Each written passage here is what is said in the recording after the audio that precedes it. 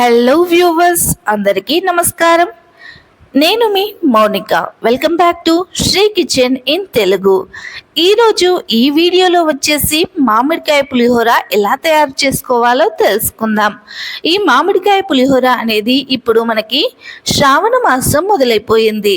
ఈ శ్రావణ మాసంలో నైవేద్యంగా పెట్టడానికి కూడా చాలా బాగా ఉపయోగపడుతుంది. తయారు చేసుకునే విధానం: ముందుగా ప్యాన్ పెట్టేసి అందులో 3 టేబుల్ స్పూన్ వరకు ఆయిల్ అయితే వేసేసుకోండి. ఈ పులిహోరకి కొంచెం ఆయిల్ అనేది ఎక్కువగానే పడుతుంది. తర్వాత ఆవాలు, జీలకర్ర కూడా వేసేసుకోండి. తర్వాత వీడియోలో చూపెట్టే విధంగా 1/2 టేబుల్ స్పూన్ వరకు మిరియాలను కూడా వేసుకోండి. ఈ మిరియాలు పులిహోరకి టేస్ట్ని మరింతగా పెంచేస్తాయి. ఆ తర్వాత వచ్చేసి 1 టేబుల్ స్పూన్ వరకు పచ్చిశనగపప్పును కూడా వేసుకోండి. ఇది కూడా చాలా మంచి రుచినైతే మనకి ఈ పులిహోరకి ఇస్తుంది. కాబట్టి వీటన్నింటినీ వేసేసుకున్న తర్వాత అవి కొంచెం వేగిన తర్వాత వీడియోలో చూపెట్టే విధంగా ఒక 4 ఎండుమిరపకాయలు అయితే వేసేసుకోండి. ఈ ఎండుమిరపకాయలు వేసేసుకున్న తర్వాత అందులోనే ఒక 6-7 పచ్చిమిరపకాయలను కూడా వేసేసుకోండి.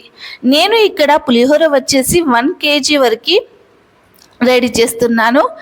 మీరు ఎంతవరకు కావాలో అంతవరకు ఇంగ్రీడియంట్స్ అయితే తగ్గించి లేదా పెంచి వేసుకోండి.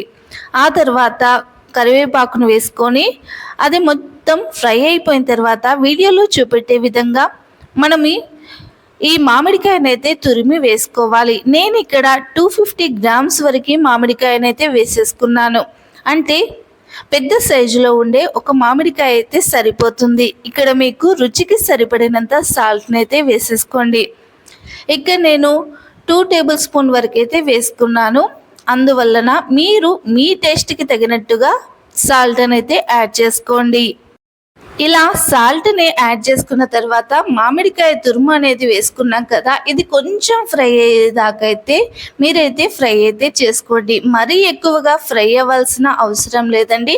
కాస్త లైట్గా ఫ్రై అయిన తర్వాత మనం దీంట్లో పసుపునైతే యాడ్ చేసుకోవాలి. చూడండి, మనకి ఎంత కలర్ఫుల్గా కనిపిస్తుందో, చాలా కలర్ఫుల్గా ఉంది కదా. అలాగే తింటే కూడా చాలా చాలా టేస్టీగా ఉంటుంది. ఆ తర్వాత చివరిలో కాస్తంత ఇంగువ అనేది యాడ్ చేసుకోండి. ఇది పులిహోరకి ఇంకాస్త రెట్టింపు రుచినైతే ఇస్తుంది మనకి. చూడండి ఎంత కలర్ఫుల్గా ఉందో.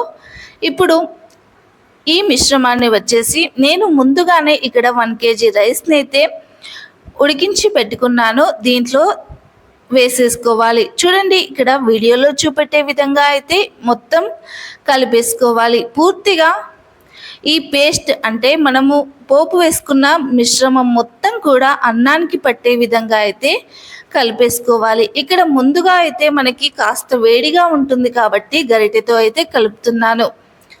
ఇలా గరిటెతో కాస్తంత అటు ఇటు అన్న తర్వాత మనం ఇక్కడ వేడి అనేది తగ్గిపోతుంది. అప్పుడు మనం చేత్తో కలిపేసుకోవాలి. చూడండి, ఇక్కడ పులిహోర అనేది ఎంత కలర్ఫుల్గా, ఎంత బ్యూటిఫుల్గా కనిపిస్తుందో.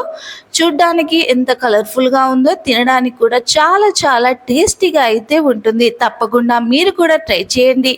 అలాగే ఈ శ్రావణ మాసంలో మనం అమ్మవారికి కూడా పెట్టడానికి కూడా నైవేద్యంగా ఏ హడావిడి లేకుండా మార్నింగ్ అయితే మనము ఈ పులిహోర ప్రసాదాన్ని అయితే శ్రావణ మాసంలో పెట్టవచ్చు. కాబట్టి మీరు కూడా ట్రై చేసి మీ ఫీడ్బ్యాక్ని అయితే మాకు తెలియజేయండి. చూడండి, చాలా చాలా టేస్టీగా ఉంటుంది, చాలా రుచిగా ఉంటుంది. తప్పకుండా ట్రై అయితే చేయండి. మా వీడియో కనుక మీకు నచ్చితే like and share and subscribe. అలాగే మీ ఫ్రెండ్స్ అండ్ రిలేటివ్స్కి కూడా షేర్ చేయండి తప్పకుండా. అలాగే మా ఛానల్ని మీరు మొదటిసారిగా చూస్తున్నట్లయితే తప్పకుండా సబ్స్క్రైబ్ చేసుకుని బెల్ ఐకాన్ని క్లిక్ చేయండి. అప్పుడే మేము పెట్టే వీడియోస్, అంటే మేము పెట్టే ప్రతి రెసిపీ అనేది మీకు నోటిఫికేషన్ రూపంలో చేరుతుంది. ఈ వీడియో చూసినందుకు థ్యాంక్ యూ.